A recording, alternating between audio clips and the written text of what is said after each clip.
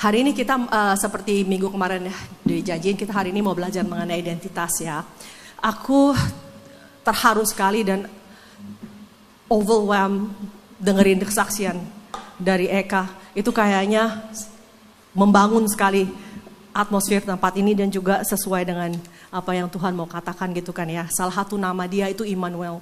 Kenapa kita perlu tahu dan kenapa kita perlu belajar mengenai identitas? Karena identitas itu sangat penting. Kita bisa tahu bagaimana cara kita relate sama orang atau bagaimana cara kita berkomunikasi sama orang atau mengkomunikasikan diri kita sama orang atau orang lain berkomunikasi sama kita dan berhubungan dengan kita karena identitas dalam kehidupan kita. Nama kita, itu penting kayak misalnya tadi kesaksiannya gitu kan ya. Nama Immanuel, terus kan tadi dibilang pas lagi ngalamin sakit dan segala macam dia ingat bahwa salah satu nama dia adalah Jehovah Rafa, Allah penyembuh healer. Jadi pada saat nama dia itu begitu nama dia ya jati diri dia. Jadi begitu kita relate sama nama dia, oh Tuhan engkau penyembuh, engkau Immanuel. Iman kita bangkit karena apa? Karena kita mendasarkan kepercayaan kita pada jati diri dan firman Tuhan bilang bahwa dia bukan Allah yang suka berdusta. Dan dia Allah yang true sama diri dia sendiri gitu. Apa yang dia janjikan, apa yang dia katakan, dia delivered seperti itu gitu. Nah, karena salah satunya itu kenapa kita perlu sekali untuk belajar apa itu identitas gitu. Karena banyak sekali aku lihat dan aku juga alami dalam kehidupan aku sehari-hari ya, yang lalu gitu ya. Kebanyakan kita struggle dalam kehidupan kita sehari-hari. Apalagi kalau kita Kristen dari kecil gitu kan ya. Kalau dibilang, oh kita mau melayani Tuhan, kita mau melayani Tuhan gitu kan. Terus kita mau berusaha melayani ini, melayani itu gitu. Tapi, dan kita di Indonesia tuh kebudayaannya adalah aku mau jadi seperti dia, aku mau jadi seperti dia gitu kan. Nah jadi kita tuh mengidentifikasikan diri kita dengan orang lain. Dengan idola kita, dengan yang kita lihat, oh kayaknya dia itu lebih powerful di sini, oh dia kayaknya tuh begini, jadi kita mau seperti kayak dia gitu. Itu yang menyebabkan banyak sekali daripada setiap kita itu yang frustasi. Karena apa? Karena sampai gimana pun kita mau coba dan kita mau try, kita gak akan jadi seperti dia. Kita cuma jadi imitasinya dia dan semaksimal kita kerjakan pun kita nggak akan menjadi the best. Karena the best dari kita itu adalah menjadi diri kita, the original design yang Tuhan desain dalam kehidupan kita, itu kita jadi full desainnya Tuhan, itu yang Tuhan mau. Aku di sana di Amerika kemarin sempat pas lagi Natalan itu ya, di rumah temen, mereka buka puzzle. Itu puzzle yang kecil-kecil yang nempel-nempelkan. Dulu aku pernah main itu lama sekali, 20 tahun lalu tuh. Udah lupa gitu kan ya. Nah itu mereka buka lagi di meja. Jadi kita itu holiday, ngerayain holiday Natalnya itu. Sembari kita rame-rame itu kan 1000 keping gitu kan, 1000 piece. Jadi kita tuh kumpul sembari terus pasang-pasangin gitu kan. Sometimes ada kayak yang cocok banget gitu, kita udah pasang. Tapi kok begitu dilihat gambarnya, kok ini kayaknya nggak bisa masuk sampai. Sempat aku bilang sama teman aku dan juga ada teman lain yang bilang ini, bisa nggak sih kemungkinan bahwa ini pasal ini beda sama gambarnya itu, gitu. Karena kan itu gambar pohon Natal ya, ornamennya harusnya di atas, ini kita di bawah gitu. Bisa nggak ya gitu? Tapi kita paksa karena itu cocok gitu, bisa masuk gitu. Tapi begitu di big picture-nya itu nggak bisa masuk lagi dan kita usaha mau jadiin gambar itu nggak bisa jadi gitu. Sampai ada satu bagian yang akhirnya kita dengan nekat udah kita copotin, ini bukan di sini kok gitu kan, kita pindahin ke tempat lain baru itu jadi gitu. Aku inget pas lagi aku main kayak gitu kan ya. Terus sometimes begitu besarnya itu puzzle gitu, sometimes environment-nya belum jadi gitu kan untuk bisa dia masuk.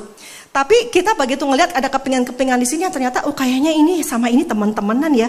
Jadi kita bikin dia dulu di keping di tempat yang lain gitu kan. Sampai jadi kita bikin satu klaster sendiri di sini, nungguin kalau nanti environment di sini strukturnya udah bisa menunjang dia masuk ke sini gitu kan. Nah dari situ aku belajar satu hal di tempat itu pas lagi lalu Roh Kudus kasih aku hikmat bilang begini. Setiap dari kita ini gitu, kita ini seperti puzzle yang Tuhan udah desain dengan begitu unik. Setiap kita ini membawa keunikan masing-masing. Setiap dari kita ini membawa karunia yang berbeda-beda. Tuhan tuh hati dia besar gitu dan dia punya big picture gitu. Dia bilang kan kita kan tubuh Kristus, gede kepalanya, kita tubuhnya gitu kan ya. Seperti kayak pasal itu kan, itu ada tubuhnya gitu. Nah, dia itu udah bentuk kita tuh sedemikian rupanya sampai kita tuh ada tempat tertentu yang cuman bisa diisi oleh kita. Nggak bisa diisi oleh yang lain. Mau sebagus apapun juga, mau mungkin pasal yang lain warnanya lebih bagus atau lebih cerah, mungkin ini warnanya butek gitu. Tapi kalau yang cerah ini mau dimasukin yang ke butek itu, oh ini lebih bagus, nggak bisa gitu. Yang butek itu tepat di situ, tanpa yang butek itu nggak jadi itu pasalnya gitu. Jadi setiap dari kita, Tuhan bilang gitu, kamu tuh semua tuh begitu unik. Masing-masing punya ciri khas tersendiri. Panggilan tersendiri, gift tersendiri. Lalu dia ingetin aku ke Mazmur 139 yang dia bilang, pada saat aku menciptakan kau, pada saat aku menciptakan anak-anakku, bahkan orang-orang yang sebelum Kristen gitu. Dia itu sebagai bapak yang baik, dia tuh punya impian-impian. Berapa banyak kayak Hengki ini kan baru punya anak perempuan kan. Sebelumnya kan dia pasti punya impian, aku mau anakku jadi gini dan gitu. Bapak di surga juga punya impian untuk setiap dari kita gitu. Pada saat dia mau membentuk kita, dia punya impian. Kalau yang ini, aku mau dia ini membawa grace gitu. Aku mau dia ini membawa dalam spesial kayak misalnya Aga membawa fragrance, keharuman pengenalan Kristus di mana-mana. So jadi Aga itu harus jadi dia gitu. Dan dia harus bertanya sama Roh Kudus, kalau aku ini pembawa keharuman pengenalan Engkau, maksudnya apa? Karena setiap kali prophetic word itu adalah undangan kita untuk terus masuk dalam lebih intimasi sama dia, untuk mengajukan pertanyaan lebih lagi dan pertanyaan lebih lagi gitu. Itu cuman pembukaan. Untuk kita tanya, maksudnya apa sih kalau aku tuh pembawa keharuman pengenalan Kristus kemana-mana, kalau aku membawa your fragrance itu maksudnya apa gitu. Jadi hanya cuman satu ini yang bisa dan satu itu. Dan dia itu pada saat kita dalam kandungan, dia itu udah kayak orang tuh adonan tuh udah dimasukin semua. Oh dia alfa dan omega. Jadi dia udah ada dari awal dan dia sampai akhir. Dalam seluruh perjalanan kehidupan kita sebenarnya udah tahu, dan makanya itu dibilang tidak ada satu apapun yang merupakan kekejutan bagi dia. Gak ada yang tiba-tiba, ups, kok jadi begini ya? Kok kan gak tahu ini kenapa jadi begini? Gak ada yang kayak gitu. Kenapa? Karena dia ada di sini, dia ada di sini, dia ada di sini dan dia ada di situ gitu. Jadi dia udah tahu gitu. Oh anakku ini nanti dalam perjalanannya dia akan menemukan ini gitu. In order untuk dia bisa melewati ini, dia memerlukan sesuatu. Dia memerlukan ini. Jadi pas lagi saat dia bentuk dalam rahim ibu itu, dia udah tambahin itu. Untuk bisa pada saat ini dia bisa melewati itu. Lewat semua gitu. Jadi itu kita masing-masing udah dibentuk. Nah tugas kita untuk tahu sebenarnya identitas kita di dalam dia itu apa. Tuhan ada 3 source daripada identitas. Kalau kita pelajarin di firman Tuhan ya ada 3. Source pertama itu yang general, yang gampang dari scripture. Itu seperti kalau misalnya kita punya nama, misalnya nama kayak aku kemarin aku contohin gitu kan, namaku Berliana Wiharjo. So scriptures itu last name, family name, menjelaskan kamu dari keluarga mana. Jadi aku dari keluarga Wiharjo gitu kan. Jadi ada sepupuku yang namanya Wiharjo, ada ponakan yang namanya Wiharjo. Jadi dia cuma menunjukkan ini klan Wiharjo, keluarga Wiharjo gitu. Tapi itu belum menjelaskan siapa aku. Menjelaskan aku adalah identitas khusus yang kita bilang tuh given name, first name. Kayak Berliana. So kalau orang bilang Berliana Wiharjo, oh yang itu. Bukannya yang Berliani adikku atau bukannya si Alfa gitu, bukan. Tapi yang itu tuh. Karena udah alamatnya udah lebih spesifik. Nah, aku sebenarnya hari ini tadi karena aku pikirkan gini kan. Oh kalau dari scriptures gampang. Tinggal lihat aja kayak kemarin aku bilang kan. Kita lihat aja di Alkitab itu semua janji-janji siapa kita. Jadi kayak misalnya in Christ, di dalam Kristus. Itu dulu aku punya buku kecil dari Peter Tan. Itu dalamnya buku meditasi.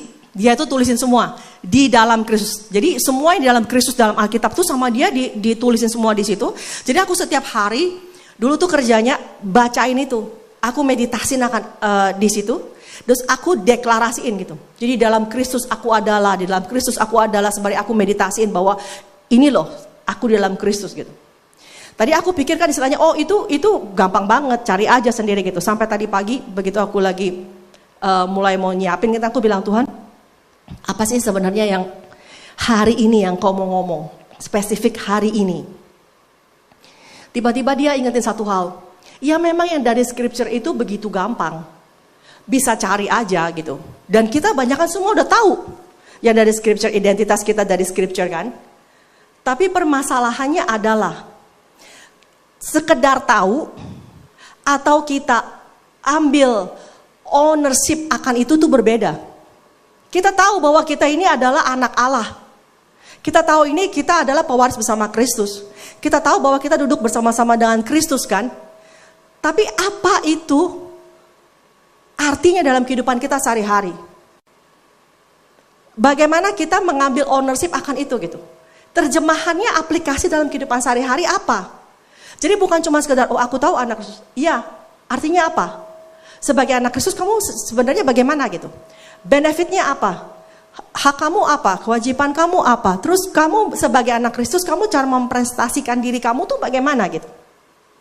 Jadi aku pikir, oh oke, kalau gitu aku mulai pelan-pelan Tuhan. Jadi aku mulai dari awal dulu aja. Jadi tadi seperti tadi ya, ada 3 source dari identity. 1, external identity. Ini yang paling gampang. External itu identity, biasanya kalau misalnya kita nih, kalau misalnya ketemu, halo gitu, kenalan gitu kan ya, namanya siapa? Oh saya Berliana, kerja kamu apa? Oh saya ibu rumah tangga misalnya gitu kan. Atau oh saya dokter, oh saya insinyur. Jadi external identity itu adalah identitas kita secara yang di luar ini, apa yang kita kerjakan. Biasanya juga kadang-kadang apa yang dari masa lalu. Kita buka aja ayatnya dulu ya, karena katanya kalau belum ada ayat belum resmi katanya. Kita buka di Hakim-Hakim 6 ayat 12. Kita bikin resmi ya. Malaikat Tuhan menampakkan diri kepadanya dan berfirman kepadanya demikian. Ini tentang Gideon ya, teman-teman. Tuhan menyertai engkau, ya pahlawan yang gagah berani. Jawab Gideon kepadanya, Tuanku, jika Tuhan menyertai kami, mengapa semuanya ini menimpa kami? Di manakah segala perbuatan-perbuatan yang ajaib yang diceritakan oleh nenek moyang kami kepada kami? Ketika mereka berkata, bukankah Tuhan telah menuntun kita keluar dari Mesir? Tapi sekarang Tuhan membuang kami dan menyerahkan kami ke dalam cengkeraman orang Midian. Tetapi jawabnya kepadanya, Tuhanku, dengan apakah akan kuselamatkan orang Israel? Ketahuilah, kaumku adalah yang paling kecil di antara suku Manase, dan aku pun seorang yang paling muda di antara kaum keluargaku. Ini kalau kita lihat di ayat ini, pada saat malaikat Tuhan datang, dia itu memproklamirkan identitas yang sebenarnya dari Gideon, dari heavenly identity. Bagaimana Tuhan melihat dia, hai pahlawan yang gagah berani. Tapi Gideon melihat diri dia dari eksternalnya dia. Yaitu dari apa? Ayat 15. Ketahuilah kaumku adalah yang paling kecil di antara suku Manase, dan aku pun seorang yang paling muda di antara kaum keluargaku. Jadi Gideon itu mendefinisikan diri dia sebagai yang paling kecil. Gak berarti. Gimana bisa nolongin Israel? Keluargaku aja itu, kaumku aja yang paling kecil di antara suku Manase. Udah dari yang paling kecil dari suku Manase kaumku. Nah sekarang aku pun juga yang paling muda. Berapa banyak dan berapa kali dalam kehidupan kita sehari-hari kita mendefinisikan diri kita dengan seperti kayak gini. Oh aku ini perempuan. Oh aku ini masih muda. Oh aku ini kecil. Oh aku ini sudah berumur, udah tua. Oh latar aku dulu gagal. Aku dulu failure. Oh aku dulu begini. Oh aku dulu begitu. Ini identitas yang eksternal. Yang kita sendiri mendefinisikan diri kita berdasarkan keadaan yang terjadi. Biasanya kadang-kadang kita tuh mendefinisikan keadaan kita dari kejadian-kejadian masa lalu, dari apa yang kita buat, dari mata pencarian kita, dari segala macam external definisi. Lalu setelah dari sini kita lihat definisi selanjutnya yaitu internal identity. Jadi satu, kadang-kadang kita memberikan identitas diri kita sesuai dengan kejadian lingkungan kita, dengan apa yang kita alami. Kedua, kita kadang-kadang orang juga memberikan identitas pada diri sendiri berdasarkan pemikiran dia, apa penilaian dia mengenai diri dia sendiri, yaitu internal. Kita lihat contohnya Musa. Kita lihat di Keluaran 4 ayat 10. Lalu kata Musa kepada Tuhan, Tuhan, aku ini tidak pandai bicara, dahulu pun tidak, dan sejak engkau berfirman kepada hambamu pun tidak, sebab aku berat mulut dan berat lidah. Musa itu memandang diri dia bahwa dia ini tidak pandai bicara, dia berat mulut, dia gagap gitu. Dia bilang dulu pun tidak, sekarang pun setelah engkau datang sama aku berbicara dengan semak belukar begini dan kasih aku tugas pun juga enggak, aku tetap aja sama berat mulut dan berat lidah, nggak ada berubah setelah encounter dengan Tuhan begitu, dengan malaikat Tuhan dengan semaknya menyala pun aku nggak berubah, aku tetap aja seperti kayak begini gitu. Ini kenyataannya Musa memandang diri dia seperti kayak begitu. Dia menilai, memberikan penilaian, memberikan identitas diri dia seperti itu. Tapi kita lihat kebenarannya, faktanya kita lihat di Kisah Para Rasul 7 ayat 20 sampai 22. Kita banyak buka ayat ya supaya ayat menjelaskan gitu ya. Jadi jangan kata siapa itu gitu, kata firman. Kisah Rasul 7 ayat 20 sampai 22. Pada waktu itulah Musa lahir dan ia elok di mata Allah. 3 bulan lamanya ia diasuh di rumah ayahnya. Lalu ia dibuang, tetapi putri Firaun memungutnya dan menyuruh mengasuhnya seperti anaknya sendiri. Dan Musa dididik dalam segala hikmat orang Mesir. Dan ia berkuasa dalam perkataan dan perbuatannya. Jadi Musa, sini dibilang, dia berkuasa dalam perkataan dan perbuatannya. Dia satu-satunya orang Israel dalam generasi itu yang dapat pendidikan. Dan terbaik yang ada saat itu. Karena di Mesir dulu pendidikannya paling terbaik di Mesir kan ya. Jadi Musa itu dididik seperti pangeran dan dapat semua yang terbaik. Dan bukan hanya dia dididik, mungkin aja bisa aja kita dikasih masukan pendidikan yang baik tapi kitanya bego gitu kan ya. Tapi ya, bisa kan? Dikasih semua fasilitas tapi bodoh gitu kan. Percuma mau fasilitas kayak apapun gak bisa gitu, dodol gitu kan. Tapi enggak loh. Di sini dibilang ia berkuasa di dalam perkataan dan perbuatannya. Jadi Musa itu berkuasa. Tapi kenapa dia melihat dirinya, dia bilang apa? Aku ini berat mulut sama berat lidah. Kenapa enggak sesuai dengan kenyataannya? Musa satu-satunya dari seluruh generasi orang Israel yang enggak punya mentality of slave loh. Enggak punya mental budak loh. Dia kan dididik sebagai pangeran. Tapi dia bilang ini, kirim aja yang lain gitu. Mau siapa lagi? Kalau Musa aja enggak bisa, terus mau siapa lagi? Dia cuma satu-satunya gitu. Pantesan Tuhan marah. It's fair gitu ya. Lu udah ditungguin sampai 40 tahun. Masih begini jawabannya gitu ya. Nah, jadi kadang-kadang kita itu tanpa sadar, kita tuh menilai diri kita tuh gak sesuai dengan yang sebenarnya identitas kita gitu. Kita memandang rendah diri kita sendiri. Kita undervalue diri kita gitu. Kita melihat diri kita, aku gak bisa begini. Kita lihat satu lagi ya. Gideon, kayak yang tadi ya, ayat tadi di Hakim-Hakim 6. Jawab Gideon kepadanya, Tuanku, jika Tuhan menyertai kami, mengapa semuanya ini menimpa kami? Di manakah segala perbuatan-perbuatan yang ajaib yang diceritakan oleh nenek moyang kami kepada kami? Ketika mereka berkata, bukankah Tuhan telah menuntun kita keluar dari Mesir? Tapi sekarang Tuhan membuang kami dan menyerahkan kami ke dalam cengkraman orang Midian. Ini cara Gideon memandang dirinya. Dan cara Gideon memandang suku kaum Israel. Dia memandang dirinya apa? Memang Tuhan, Engkau itu luar biasa. Memang segala macam itu power, super power dan sampai Laut Merah dan whatever itu luar biasa gitu. Tapi jangan lupa Tuhan, Engkau itu udah membuang kami loh. Dan menyerahkan kami kepada suku bangsa Midian. Mana itu semua perbuatan-perbuatanmu yang ajaib yang lalu? Udah gak ada lagi sekarang, gak menyertai kami lagi. Kenapa? Karena Engkau telah membuang kami gitu. Jadi tanpa sadar, Gideon itu mempunyai penilaian identitas akan diri dia secara internal bahwa dia orang buangan. Bahwa dia itu orphan, dia itu yatim piatu, dia gak punya Tuhan lagi, dia gak punya Bapa lagi. Mana tuh Allahnya? Mana tuh Bapaknya gitu. Jadi sometimes tanpa sadar, kadang-kadang kita pun juga dalam menilai diri kita, kita tahu bahwa Tuhan itu luar biasa loh. Kita melihat, kita bacakan Alkitab, terus kita juga dengar cerita kesaksian orang gitu kan. Oh Tuhan lakuin begini, Tuhan lakuin begitu, luar biasa gitu. Sometimes permasalahannya bukan keperkasaannya Tuhan. Permasalahannya bukan di luar biasanya Tuhan. Tapi permasalahannya adalah mau gak Tuhan yang luar biasa itu? Mau gak Tuhan yang begitu dahsyat itu melakukannya buat aku? Siapa dia bagi aku? permasalahannya itu seperti Gideon. Dia menilai diri dia seperti karena dia punya penilaian kayak gini, karena itu dia jadi pengecut dan jadi penakut gitu. Apa yang kita pikir mengenai diri kita tanpa sadar, kita akan melakukan, itu akan mengalir dalam keseharian kita. Dengan apa yang kita lakukan, apa yang kita perbuat, kita katakan, itu semua akan mengalir dari sistem kepercayaan kita. Kalau kita percaya kita itu udah dibuang, kalau kita percaya bahwa kita ini yatim piatu, kalau kita percaya ini kita berat lidah, kalau kita percaya bahwa oh aku ini gagal. Karena apa? Karena dari dulu-dulu aku gagal terus-terusan. Jadi memang aku ini a loser gitu. Kalau kita percaya bahwa kita ini bodoh gitu, ya secara tanpa sadar kita akan bertindak laku sesuai dengan apa yang kita percayai. Aku bersyukur sekali, my mentor bilang, coba cari waktu dengan Roh Kudus. Gitu.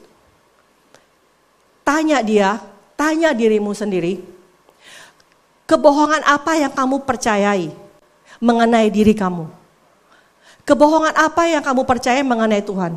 Sehingga kamu itu tidak masuk ke dalam destiny yang Tuhan kasih, sehingga kamu itu tidak berdiri menjadi seperti apa yang dia katakan, apa yang kamu percaya yang salah gitu. Karena salahnya bukan di Tuhan, karena dia super power dan semuanya udah disediain. Kesalahannya kadang-kadang adalah di belief system kita, sistem kepercayaan kita, bahwa kita percaya bahwa kita begini, kita percaya bahwa kita begitu. Aku senang sekali itu ada satu ilustrasi dulu ya, itu katanya kodok itu atau binatang apa gitu kan, ditaruh di toples atau gimana gitu. Dan itu kan dia bisa lompatnya tinggi gitu. Tapi kalau ditutup atasnya, terus dia lompat terus, dia berusaha terus sampai mentok terus berkali-kali. Nanti dalam waktu tertentu kita buka, dia juga udah gak mau lompat keluar lagi. Karena dia percaya bahwa dia gak akan bisa keluar dari situ. Seberapapun usaha dia akan mentok. Jadi kita buka pun dia gak akan lompat keluar. Kenapa? Sistem kepercayaannya dalam otak dia udah terbentuk bahwa ini di luar limit kemampuan aku, nggak bisa gitu. Jadi kepercayaan apa dalam kehidupan kita yang membatasi pekerjaan Tuhan dalam kehidupan kita? Sistem kepercayaan apa yang kita percaya dalam kehidupan kita yang menjadi penghalang, yang menjadi kotak kaca yang nggak kelihatan atau glass ceiling dalam kehidupan kita yang sampai kita nggak bisa kelompat keluar gitu? Apa yang internal identity kita, prosesnya seperti yang salah satu seperti Gideon atau Musa. Nah setelah dari situ kita balik. Jadi sebenarnya harusnya identitas yang seperti bagaimana? Tadi kan kita 3 source ya. Nah identitas yang sebenarnya yang seharusnya adalah apa yang Tuhan katakan mengenai kita, siapa kita. Itu yang matters gitu. Apa yang Tuhan katakan mengenai kita dan juga apa yang kita katakan mengenai dia. Kalau apa yang kita mengatakan mengenai dia membawa kita ke kingdom, tapi apa yang dia katakan mengenai kita membawa kingdom itu turun dalam kehidupan kita sehari-hari. Jadi kita tanya sama Tuhan gitu dan kita cari tahu. Dari mana kita bisa cari taunya? Ada beberapa cara kita bisa cari tahu. Seperti tadi yang paling gampang yang scripture gitu tadi ya. Kita yang last name kita, family name kita cari tahu siapa kita ini di mata dia. Kayak tadi kan siapa Tuhan bagi kita, Immanuel, ya kan, healer gitu kan. Aku ada beberapa kesaksian juga mengenai gitu tuh. Untuk tahu siapa nama dia. Sempat kan waktu itu aku tuh rada stres juga gitu kan. Sampai aku bilang, Tuhan kayaknya aku bikin ngaco deh. Kayaknya aku yang lalu tuh aku ada kayak salah belok kanan atau salah belok kiri dalam kehidupan aku sampai istilahnya jadinya tuh aku mengalami runyamnya banyak gitu istilahnya, kerugiannya banyak. Sampai akhirnya dia bilang gini, kamu tahu nggak? Salah satu nama aku, salah satu identitas aku adalah I'm a redeemer. Aku ini penebus. Aku ini menebus, memberikan tebusan. Jadinya istilahnya walaupun mau kamu salah lalu seperti kayak gimana pun mau miring, itu tersedia penebusan. Bahwa dia bisa putar ulang dan tebus lagi gitu. Jadi penting sekali kita tahu nama dia dan nama kita. Dari scripture ya, kita lihat nama-nama seperti di sini aku kasih contoh beberapa aja. Seperti kayak child of God di Galatia 3 ayat 26. Co-heirs with Christ di Roma 8 ayat 17, nanti buka sendiri ya teman-teman ya. Ambassador for Christ, kita gampang sekali bilang, oh kita duta besarnya Allah. Iya, apa sih artinya kita ini sebagai duta besarnya Allah? Kadang-kadang kita tuh mau yang lebih advance lagi. Tadi aku sebenarnya hari ini mau ngajar bagaimana caranya kita tahu nama kita yang nama depan. Sebenarnya tadi aku mau masuk ke situ hari ini. Karena nama depan itu kita bisa tahu dari prophecy, dari nubuatan, dari desire dari yang Tuhan tahu dalam kehidupan kita. Dari encounter jadi aku tadi hari ini mau ngajar di situ gitu. Bagaimana caranya kita dapat nama depan kita? Cuman sedikit diinterupsi gitu. Tuhan bilang, iya, walaupun itu gampang gitu. Sekarang yang aku mau adalah berapa penerapannya. Aku mau dari yang gampang itu, yang udah tahu jelas-jelas. Sekarang diterapkan. Diambil, kalau kita nggak tahu nama kita nggak tahu otoritas kita di mana, kita nggak tahu destiny kita, karena nama itu membawa kita kepada destiny kita kan ya. Misalnya kita kayak Gideon, dibilangkan dia warrior, dibilang dia pelepas Israel. Dia abis itu dia ambil langkah, dia lepasin Israel kan, karena itu nama dia gitu kan. Nah, kalau dari kita nggak tahu nama kita dan kita nggak bertindak seperti kayak gitu dan selamanya kita akan jadi seperti kayak gini, dan mereka bilang, oh lu udah berapa lama Kristen? Oh gue Kristen kayaknya udah 20 tahun. Ada something different? Oh enggak. Kayaknya Allah tuh jauh di sana dan kayaknya supernatural or something itu udah nggak ada lagi sekarang gitu. Padahal itu ada. Dia selalu berbicara. Cuma permasalahan kadang-kadang kita ini terlalu sibuk. Kita nggak dapat channelnya, dan kadang-kadang kita juga yang general aja, yang gampang aja kita nggak take ownership, kita nggak ambil kepemilikan itu. Gimana caranya kita ambil take ownership? Yaitu apa? Satu, kita harus agree sama apa yang dia katakan. Dua, kita memposisikan diri kita dengan apa yang dia katakan mengenai kita. Nah contohnya misalnya, suatu waktu Tuhan ngomong sama aku begini. Dia bicara mengenai oneness. Aku dengar kata oneness. Sampai aku cari-cari gitu kan. Aku bilang, itu oneness itu bahasa bukan sih gitu loh. Itu ada kata-katanya nggak sih oneness gitu kan? Aku nggak pernah dengar gitu kan. Terus aku cari di dictionary. Oh oneness ada loh, kesatuan gitu kan. Terus tapi kok rasanya aku nggak pernah lihat di Alkitab dan aku nggak pernah tahu gitu. Terus tapi tiba-tiba begitu buka Alkitab, aku baca di mana-mana mengenai kesatuan kita dengan Kristus, seperti Yesus adalah kepala, kita adalah tubuhnya gitu kan ya. Terus dibilang di dalam Dia kita bergerak di Kisah Para Rasul 17 ayat 28. Sebab di dalam Dia kita hidup, kita bergerak dan kita ada.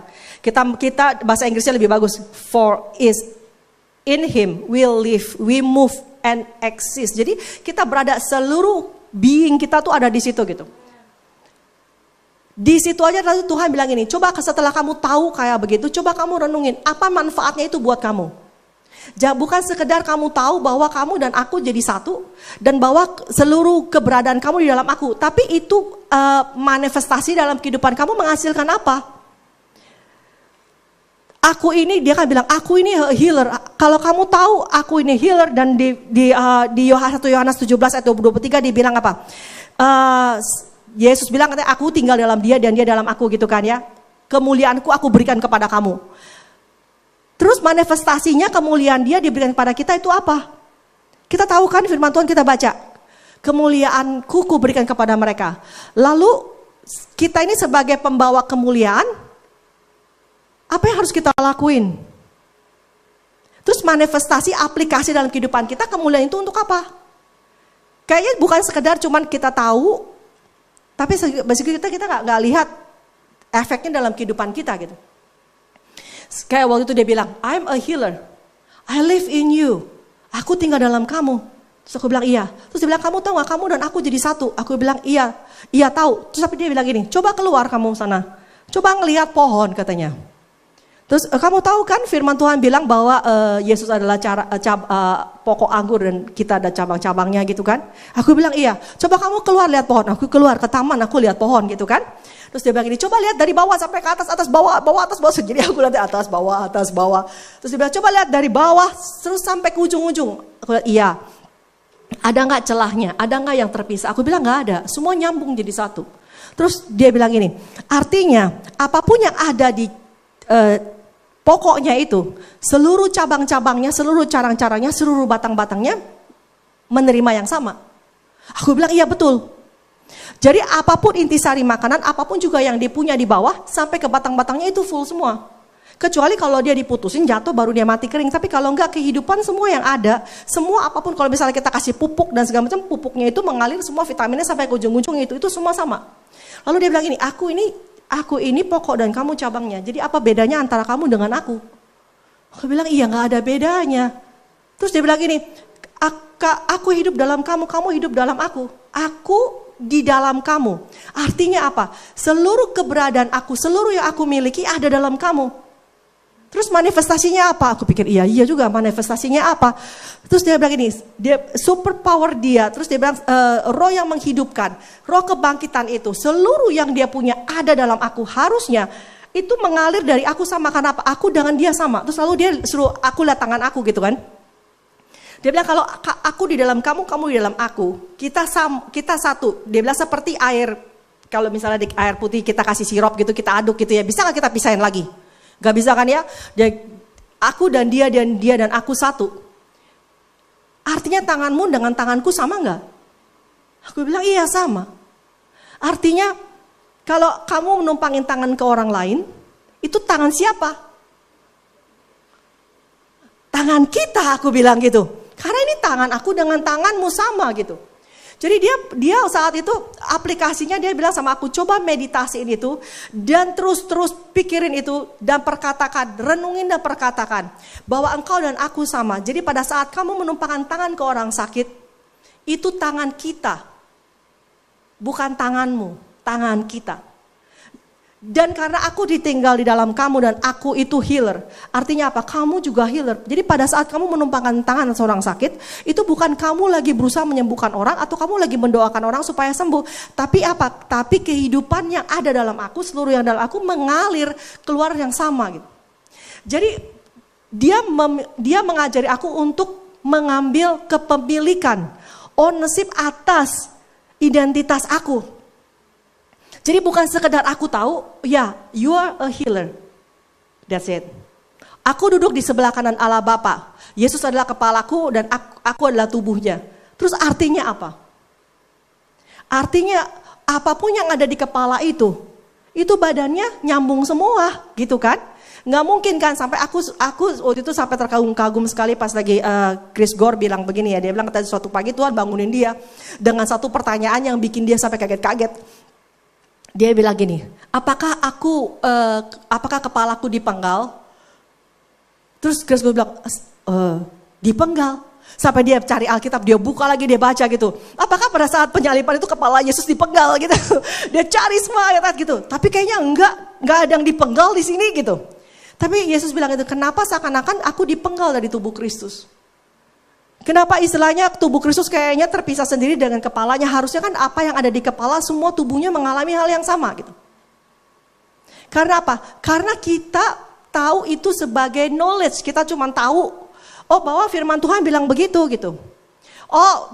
Tapi kenyataannya apakah sudah terjadi termanifestasi dalam kehidupan kita gitu. Jadi hari ini aku mengajak teman-teman. Mari kita baca Alkitab dengan kacamata yang baru. Kita baca Alkitab, kita buka dengan pemahaman yang baru, dengan belief system yang baru. Kita buka, Tuhan apa yang kau mau katakan? Karena kebanyakan dari kita itu kadang-kadang kita baca firman kah, atau kita misalnya ngelihat keadaan dan segala macam itu, semua tuh kadang-kadang kita pakai filternya. Pakai filter kita sendiri gitu. Maka tuh di firman Tuhan dibilang kan, segala sesuatu diuji, ya kan ya. Kita diajarin gitu kemarin kan, 1 Tesalonika 5 ayat 21 kan. Bahwa kita melihat sebagian, kita mendengar sebagian. Karena itu segala sesuatu yang kita dapat dan kita dengar dan kita terima di alam roh, semua subjek untuk diuji. Jadi aku anjurin teman-teman, mulai cari buka di dalam Kristus. Jadi minggu ini nanti kita bersambung di part 2, kita belajar dari bagaimana kita mendapat nama depan kita dari nubuatan. Bagaimana caranya kita beroperasi di dalam supranatural untuk melihat, mendengar, dan membedakan untuk bisa kita menangkap semua dari seluruh panca indera yang Tuhan kasih ya. Dari mata melihat, kuping mendengar, sensing, perceiving. Gimana caranya kita bisa berhubungan dan berinteraksi dengan Tuhan. Karena apa? Karena begitu banyak anak-anak Tuhan yang bilang, kayaknya Tuhan udah gak pernah ngomong lagi. Kayaknya istilahnya kita sendiri seperti kayak Gideon rasa gitu kan. Aku yatim piatu, mana itu Tuhan itu gak ada gitu. Padahal sebenarnya bukan Tuhan itu gak ada. Tapi kadang-kadang sometimes kita itu gak tahu caranya dia berbicara. Sometimes frekuensinya kita nggak tahu frekuensinya. Seperti kayak gini aja kan. Di sini kan banyak sekali suara-suara. Tapi kan kita nggak kedengeran ya karena frekuensinya kita nggak masuk. Tapi mungkin kelelawar di sini atau anjing mungkin lebih dengar sesuatu gitu kan. Atau misalnya kita pakai alat, kita putar-putar frekuensinya. Ada di sini radio apa, di sini radio apa, padahal nggak kelihatan gitu. Nah, Tuhan punya frekuensinya tersendiri dan Dia punya beberapa cara untuk berbicara. Dan aku mau ngajak teman-teman nanti kita belajar untuk kita bisa tahu nama depan kita itu ya. Tapi untuk minggu ini kita belajar yang dari umum dulu, nama belakang kita. Dan mulai cari di dalam Dia, kita list. Lalu satu persatu yang mana dulu yang Tuhan buka, terus kita renungin gitu. Kita bayangin, apa sih itu maksudnya untuk kita? Apa yang bisa aku ambil agreement untuk itu gitu? Langkah apa yang harus aku ambil untuk bisa memeluk firman ini menjadi kenyataan dalam kehidupan aku? Bukan hanya aku tahu, tapi udah jadi bagian kehidupan, mengalir dari aku. Jadi kalau misalnya kita dipencet gitu, keluarnya itu gitu. Pada saat misalnya kita mengalami kayak tekanan atau segala macam kayak gitu, istilahnya udah automatically langsung keluar itu gitu. Karena apa? Karena udah jadi satu sama kita gitu. Dan pada saat kita jalan, aku rindu sekali seperti yang firman Tuhan bilang, pada akhir zaman bahwa anak-anak Allah menyatakan dirinya. Ya kan? Karena seluruh creation udah menanti-nantikan anak Allah menyatakan dirinya. Dan pada saat kita berjalan itu, orang-orang dunia akan narik, aku mau ikut kamu, aku mau ikut kamu. Itu bagaimana caranya bisa sampai ke situ gitu. Karena apa? Kebanyakan kita pikirnya itu nanti. Itu sekarang waktunya. Karena glory kemuliaan yang Tuhan kasih udah diberikan sama kita. Bagaimana cara kita berpartner dengan glory yang Tuhan kasih dalam kehidupan kita? Yesus dalam kita. Artinya apa? Yesus dengan hadirat dia gak terpisah loh. Tapi kenapa pada saat kita muncul di satu tempat atau apa, kok orang gak bisa merasakan hadirat Tuhan dalam kehidupan kita? Kok orang gak bisa merasakan, kok Tuhan hadir di situ? Padahal kita membawa glory gitu kan. Kok kita harusnya membawa dampak. Kenapa orang masih gak bisa ngerasa gitu pas kita datang, kayaknya sama aja gitu. Malah lu datang jadi kusut nih kepala gua gitu. Lu tadi kenapa sih marah-marah ya? Atau lu tadi lagi kenapa? Lagi sakit hati atau apa gitu. Kok kita gak bisa mencium itu gitu. Padahal kita tahu kalau kita berdiri di tempat tong sampah kelamaan, atau misalnya kita di tempat orang lagi bakar ikan asin, begitu kita pergi orang tanpa kita ngomong pun, lu kok bau ikan asin sih lu gitu, ya kan? Atau lu tadi dari mana? Kok bau begini gitu? Bau yang tempat kita dekat-dekat itu nempel sama kita. Lah Yesus yang tinggal dalam kita, jadi satu sama kita. Kenapa baunya itu kita nggak bawa? Kok orang nggak bisa cium itu? Kok orang nggak bisa ngerasa itu gitu? Karena itu mari teman-teman kita kerjakan. Makanya firman Tuhan bilang kerjakanlah keselamatanmu. Bukannya artinya kita kerjakan supaya kita selamat. Tapi ini kita kerjakan ini gitu. Kita meditasiin. Kita buat ini menjadi daging buat kita. Bukan hanya pengetahuan tapi menjadi daging dalam kehidupan kita. Dan termanifestasi dalam kehidupan kita sehari-hari. Oke. Sampai situ ada yang bertanya kah? Salah satu cuplikan aja ya untuk yang minggu depan. Kadang-kadang kita bisa, Tuhan bisa kasih lihat kita mengenai identitas orang itu kadang-kadang dari namanya, dari nama orang itu. Istilahnya, atau pada saat kita melihat orang itu Tuhan kasih kita, ingetin kita Bible karakter dia itu siapa. Contoh kayak misalnya Hengki gitu kan ya. Pada saat aku lihat Hengki, aku dengar Simeon. Tahu kan Simeon itu yang apa sih yang pertama kali yang pas Yesus datang, yang pas Yesus dibawa untuk dipersembahin, dia yang mengenali pertama kali gitu kan. Nah, Simeon itu adalah orang yang menanti-nantikan kedatangan Yesus. Dia menanti-nantikan suatu revolusioner buat Israel. Karena itu istilahnya aku lihat di Hengki itu, istilahnya dia adalah orang yang ada roh wisdom dan roh revelation. Karena dia menanti-nantikan kedatangan, bukan kedatangan Yesus yang kedua kali. Tapi reformation terjadi untuk tubuh Kristus. Jadi kalau aku lihat Hengki itu a reformer. Okay. Nah itu, jadi dia nama depannya a reformer. Jadi begitu sekarang udah tahu I'm a reformer, apa yang harus aku lakukan dengan nama itu? Apa yang harus aku agree dengan nama itu? Terus tindakan selanjutnya, apa yang harus aku lakukan, menyesuaikan, memposisikan diri aku dengan nama itu. Sampai itu terjadi gitu, jadi reformation. Lalu tindakan apa yang aku harus buat karena aku menyandang identitas itu. Apa yang harus aku lakukan? Contohnya kayak aku kan, dibilang, oh kamu itu the voice of the Lord for Indonesia, the voice of the Lord for nation, misalnya gitu kan. Oh kamu akan bicara di podium di stadion. Lah kalau aku aja nggak berani berdiri di sini, nanti pas lagi saat pintu tiba-tiba kebuka, ada stadion, kamu mau ngomong apa di situ kan? Di sini aja kemarin itu sempat ke toilet berkali-kali karena gugup gitu kan ya. Padahal cuma beberapa orang. Jadi pertama kali aku harus setuju dulu dengan perkataan itu gitu kan istilahnya. Setelah aku setuju, tindakan apa yang aku harus memposisikan diri aku dengan panggilan itu, dengan nama aku itu gitu. Oh berarti aku harus mulai mempersiapkan diri aku untuk berbicara gitu. Jadi aku mulai disuruh bicara, walaupun pertama kali kayak mau nangis, ya ngambil juga, ngomong juga kan, sampai ditemenin di depan dan segala macam gitu kan. Persiapin mulai melangkah gitu kan. Terus ada tindakan apa yang untuk menyesuaikan itu gitu. Pada saat ngelihat Aga gitu ya, aku bisa sensing, bisa perceiving bahwa Aga ini membawa keharuman tersendiri. Dia membawa pengharuman pengenalan dengan Kristus.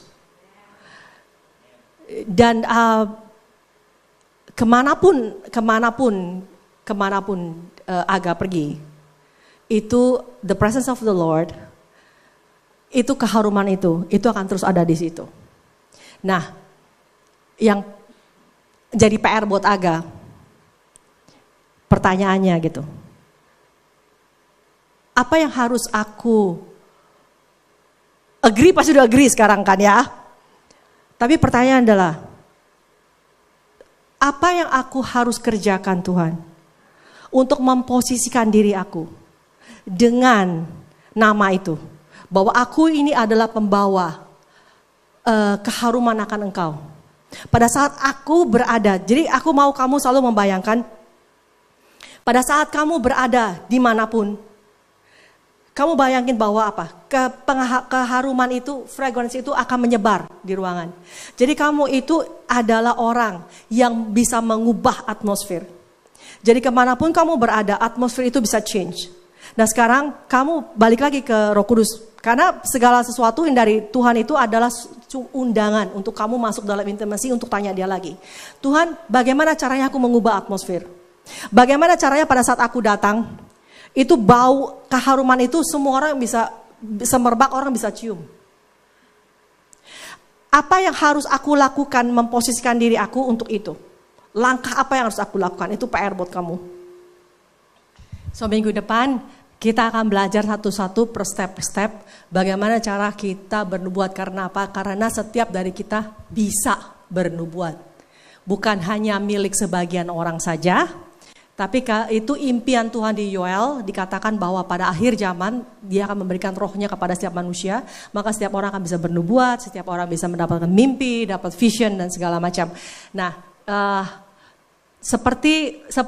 sama seperti kayak healer gitu, kita berdoa untuk nyembuhin orang itu semua kita harus praktis. Ini pun juga kita belajar firman Tuhan, biblical basicnya apa, lalu kita praktis gitu berkali-kali. Seperti kayak kita di kelas ya, Kevin, kita praktis terus gitu. Kita coba misalnya pakai sensing, pakai mata misalnya, 3 macam tahapnya seperti yang di film itu kan 3 macam tahapnya ya. Dia pakai yang mata fisik ngelihat, mata dalam melihat, terus mata yang itu. Nah, gimana caranya kita ngelatih itu? Habis itu pendengaran dan segala macam. Kayaknya cukup ya buat hari ini ya. Kita ketemu lagi next.